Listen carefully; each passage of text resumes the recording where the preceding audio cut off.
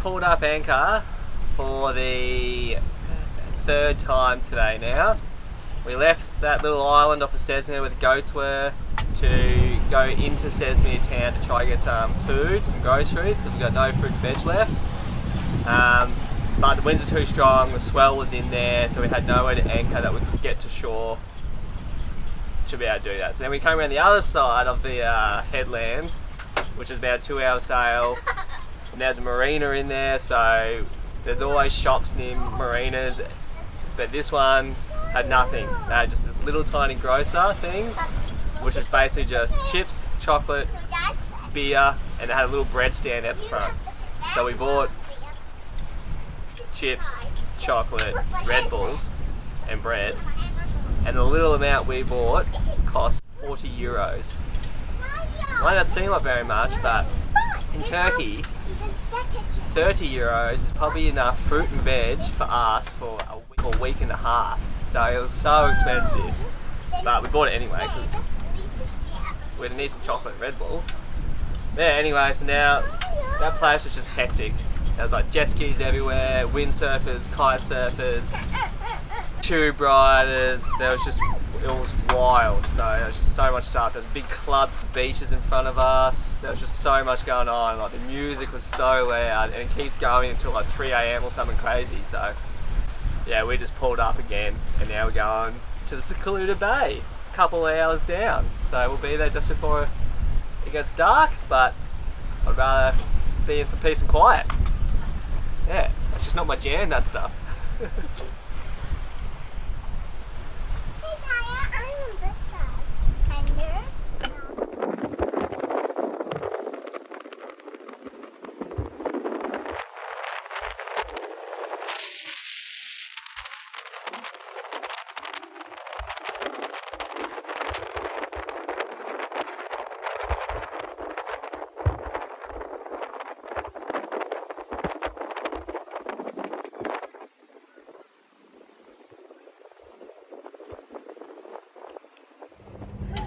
We were up early the next day to catch the most of the strong winds to get us further south.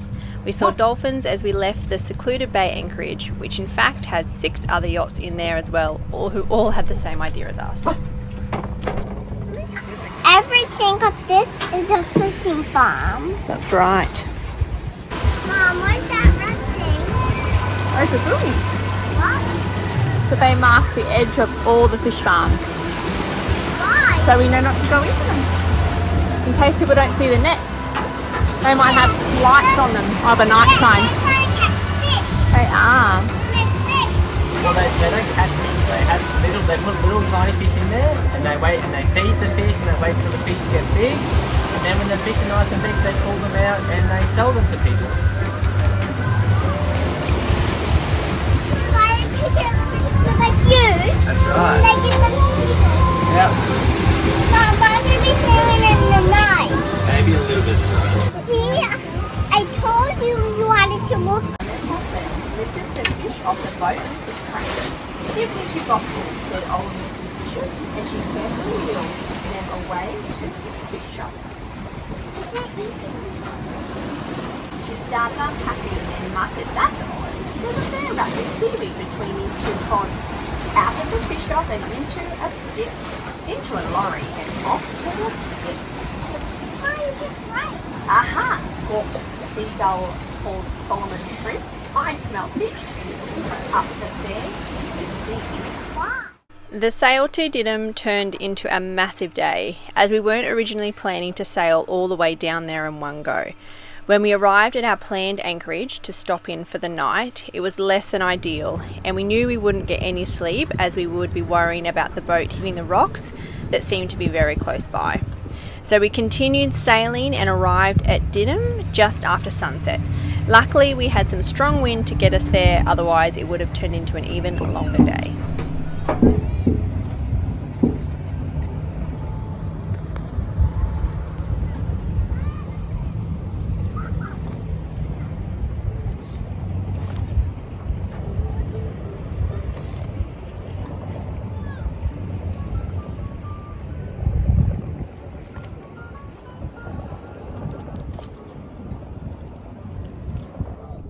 The next morning, after a lovely swim, we tended ashore, found the grocery store and stocked up on as much fresh produce as we could stuff into our backpacks.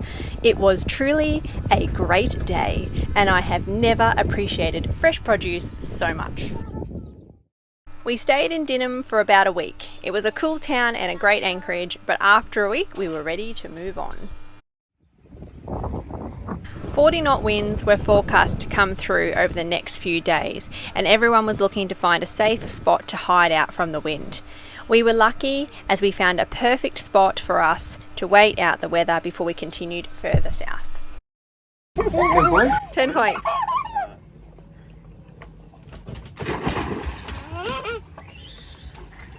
A 5. Over-rotated, bent knees. It's been a few weeks since we left the Cesme Islands, and we have now arrived at Bodrum. This was our final destination for us in Turkey, as we were able to organise our Autopilot to be sent to here once we got it through customs.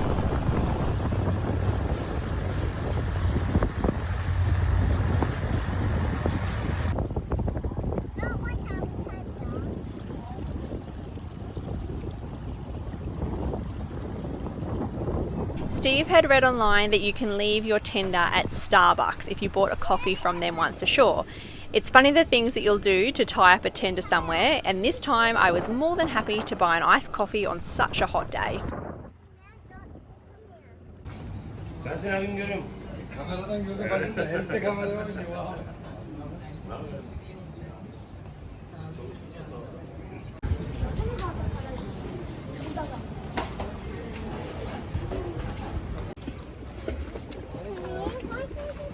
Hold my hand. Step over. That's it. Good job. I never do that again. I don't need it. Good job.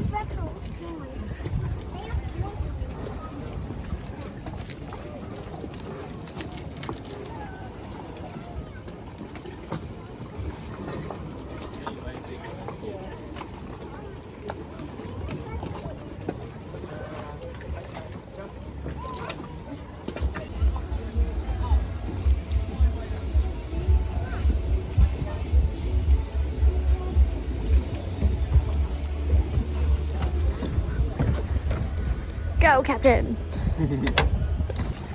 During our time in Bodrum, a heat wave came through. It was 42 but felt like 46 degrees, and we don't have any aircon on board. It was hot, but we survived fine. Luckily, the water temperature was still nice and cool, so we just swam lots in the day, the boys included, stayed cool as much as we could, and did more things ashore first thing in the morning or later in the afternoon. How is that, Tag? Did you like that?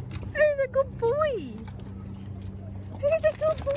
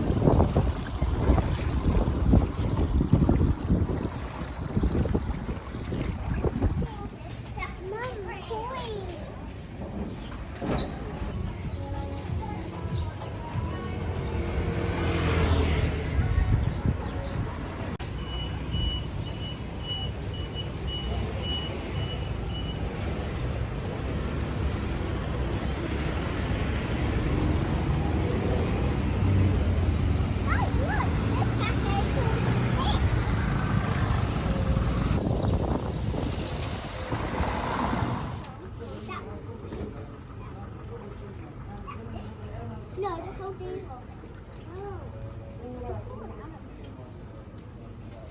So it's grocery shopping day.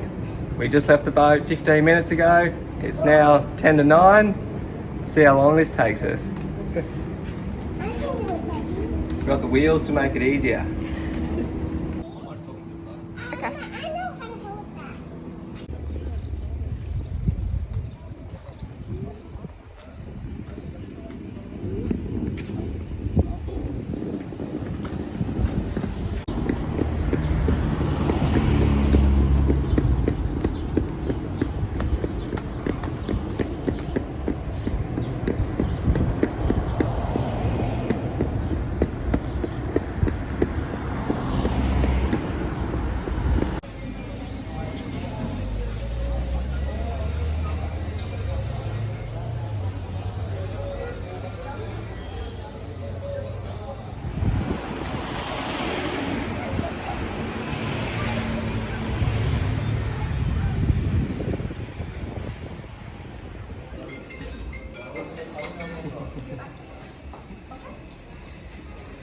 So we finally got some great news this afternoon that the Autopilot is rocking up tomorrow morning sometime. So it's a week and a half late from when it was supposed to arrive here in Bodrum. It's been an absolute nightmare trying to get it into the country and get it cleared through customs here. But anyway, it's all happening, so tomorrow is going to be our last day in Turkey. So we're off to do a fuel run. Last fuel run in Turkey because it's a bit cheaper here than in Greece. So yeah, let's go do it.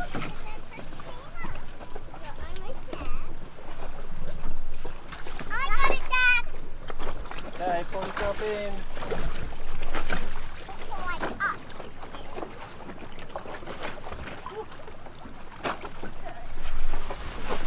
So just on the customs dock. Just got in here to clear out. Our agent's just gone to the harbour master and take all our documents to get stamped, which is awesome. And our Autopilot, finally here. Hooray! So here it is. All the stuff that we've been waiting for. Our mounting plate, drive units in this one. I don't know what those are, but we're here. This is our customs dock, some ferry boats. We've just arrived onto the island of Kos in Greece. I've just taken down our Turkey flag, which, if I'm being honest, is looking a little worse for wear. She's a bit dusty and a bit faded from when we first put it up. So I'm about to raise the Greek flag. It's very exciting. And then we'll go find customs and clear in to the country and start exploring again. Welcome back to Greece. It feels a bit weird to have left Turkey after spending so much time there, but we are excited to explore a new country, check out some new things, and yeah, start hopping the Greek islands again.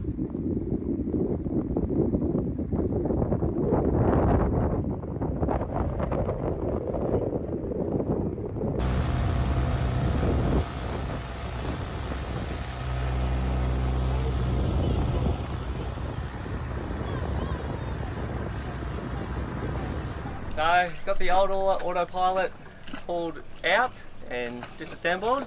Started putting in the new one yesterday, and the new one is actually mounted underneath the compartment, whereas the old one's sitting on top.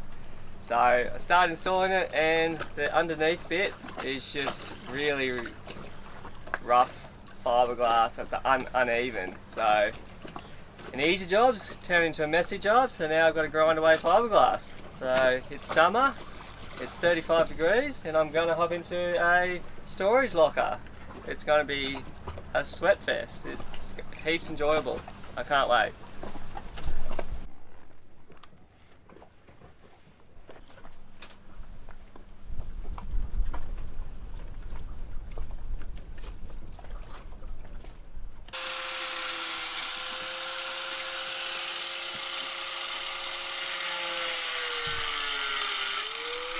And yes, Dad, before you say it, I did get fiberglass all around my wrists where my skin was showing, though I really didn't care with how much I was sweating. And I kind of was hoping that the sweat might keep it away from me.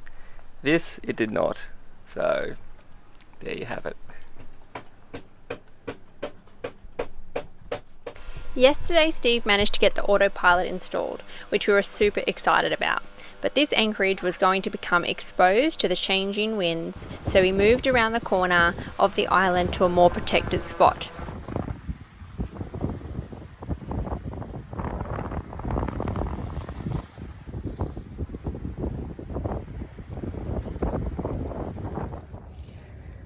The water is so clear here.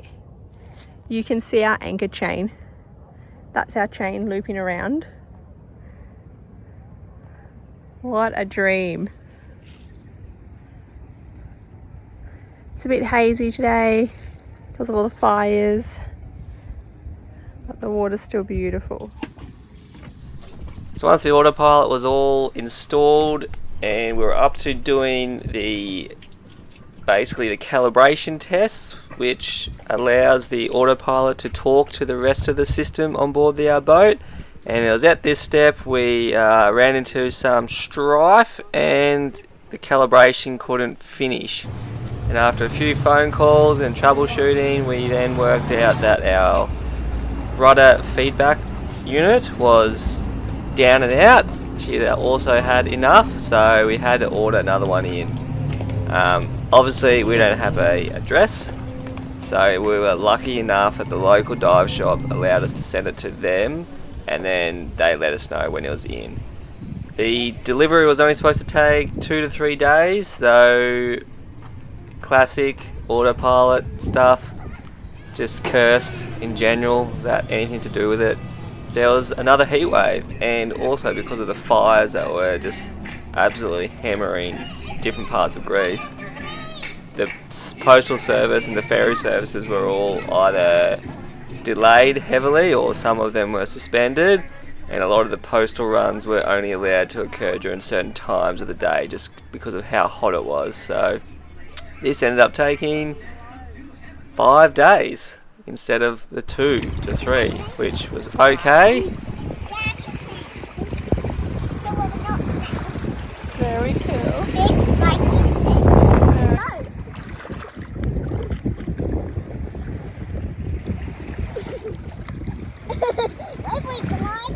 Then on Saturday morning, we got the call that our parcel had arrived at the dive shop. So we jumped into the tender and went to pick it up. We were so excited to get the part and couldn't wait to have the final piece of the Autopilot back up and running. So the excitement of receiving the package and the rudder feedback unit was massive. We were super pumped. But then as soon as we got back to the boat and I took it out of the box and I realised that it was the next model up to the one I ordered, and that the connection point was different. So it was not going to plug into our system.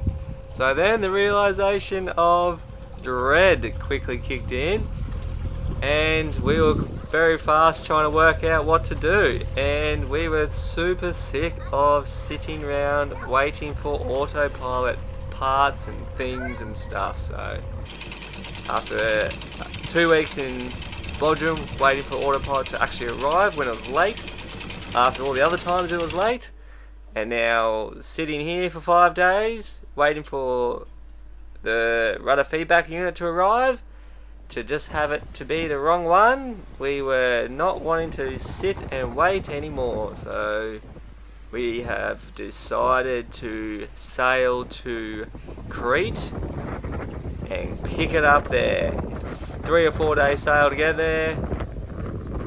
It's super taxing, hand steering when you're out in the weather, and navigating, and kids, dogs, sailing in general stuff. So gonna stop where we can and try to get some sleep each night and see a new place as we stop. So yeah, hopefully this is the last time hand steering, though we have said that before. Who knows? We might be right this time.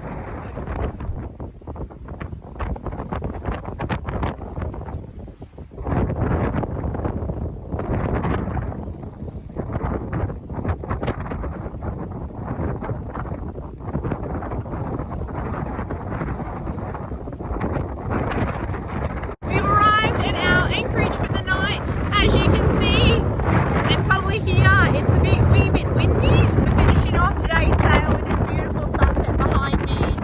We've arrived at a new island. Whoa! We've had big gusts all day today, so I'm trying to stay balanced here on the boat. So we had big gusts today throughout the day, sort of moving in between the islands and around this island. But we've got here this afternoon, right on sunset, and it's stunning. I'm just about to start cooking dinner for everybody.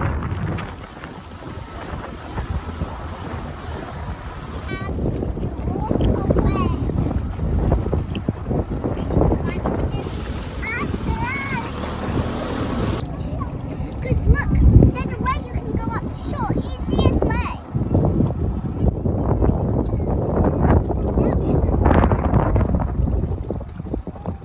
Guys, I just put my hand in the...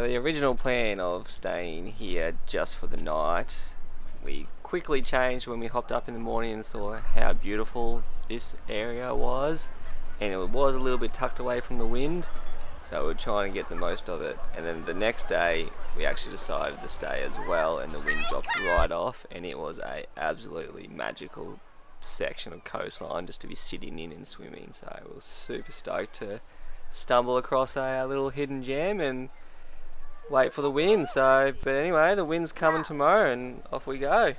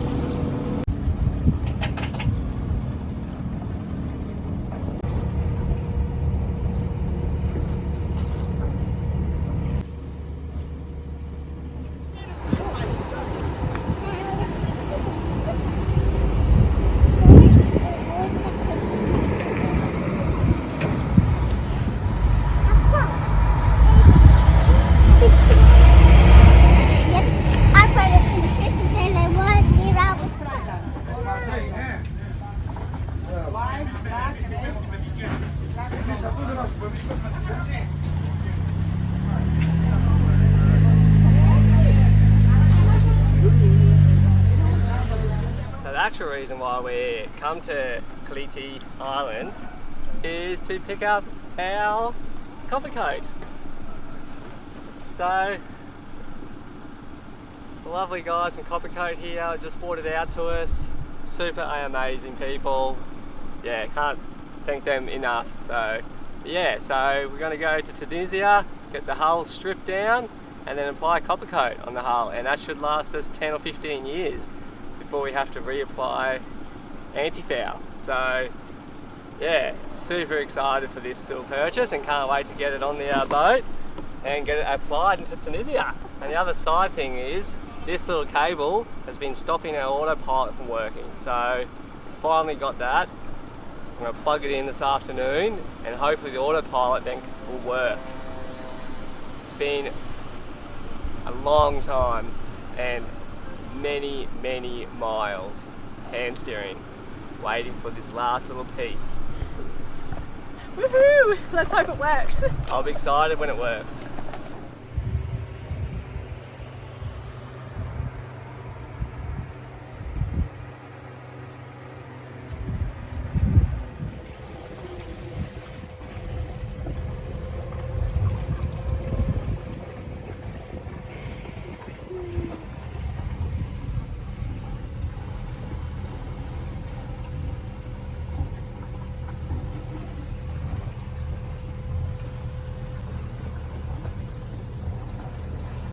So the old Steve, you'd see here the whole time, steering like a peasant.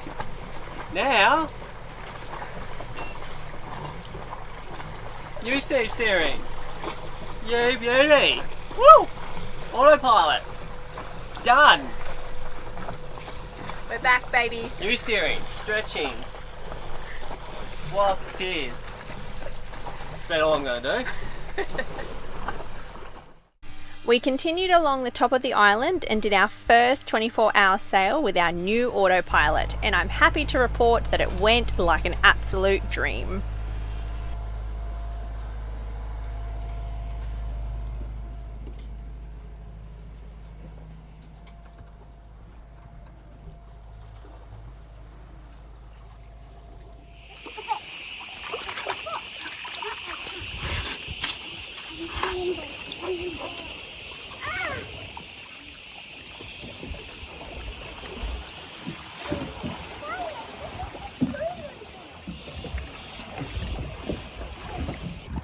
Found this cool little bay.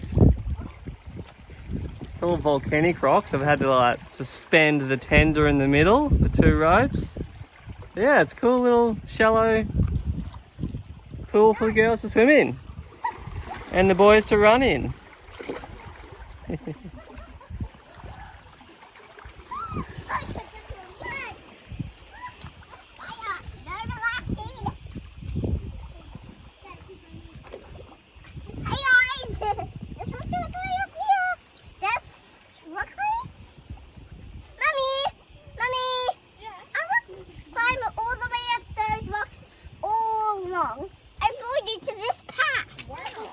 Of your voice. I couldn't even jump that.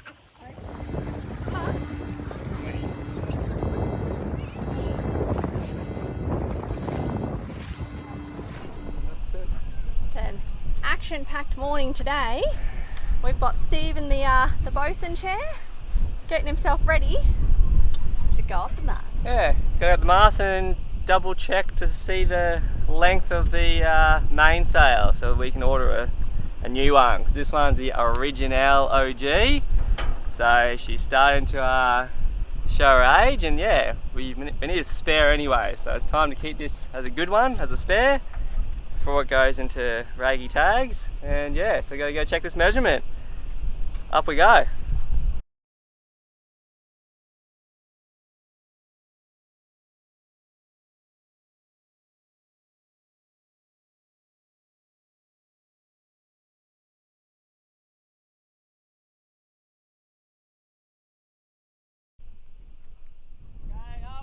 At the top of the world.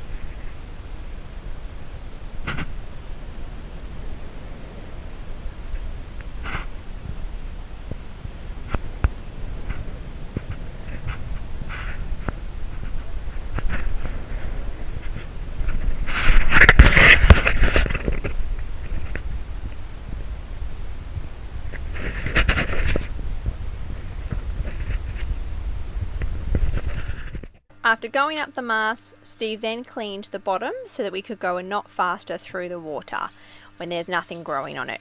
You can see the greeny colour showing how dirty it is, and the black where he has already scrubbed the algae away.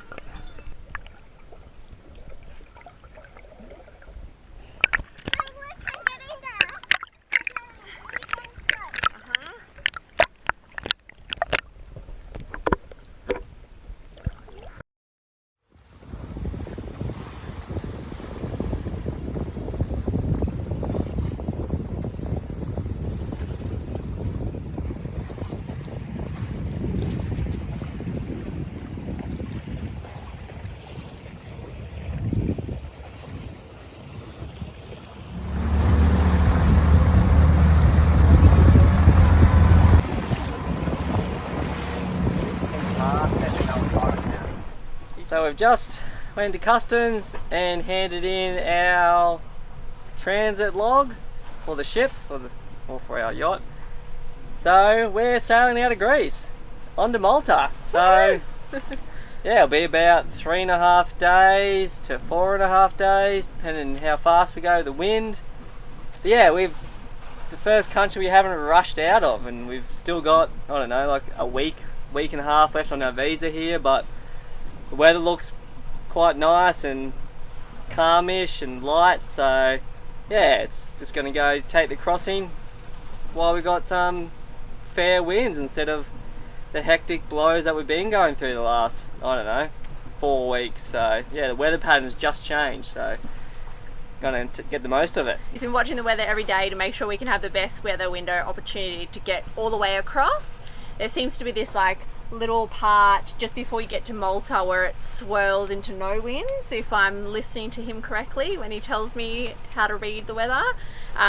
So yeah, at the moment it looks like we're going to be carried the whole way across, so that'll be nice, and do not too much on the nose for me and my lovely seasickness ways. Yeah. And hopefully not very much motoring. So. Yes, we're trying to avoid that. But yeah, that's where we're up to. That's what we're up to. It's exciting. It is. Pretty keen to get to Malta and check it out. It's supposed to be beautiful. Yep. And yeah, pretty also excited for a change in scenery a bit. It's been beautiful around the Med, but now we've done like Croatia, Montenegro, second time Greece now, Turkey. Yeah, we're just ready for something new. So Malta, and then on to Tunisia. So yeah, it'll only be like a week or two in Malta, and then straight to Tunisia. Yep. So yeah, very excited. Very excited. It's going to be good, and the girls are really excited. Our autopilot's rocking and rolling, and we'll give it a good run for a test. Yeah, we've already done like a 24-hour passage with it. Yep. And then a few other little smaller ones. So but yeah, it's all good. So away we go. Away we go. See you on the other side.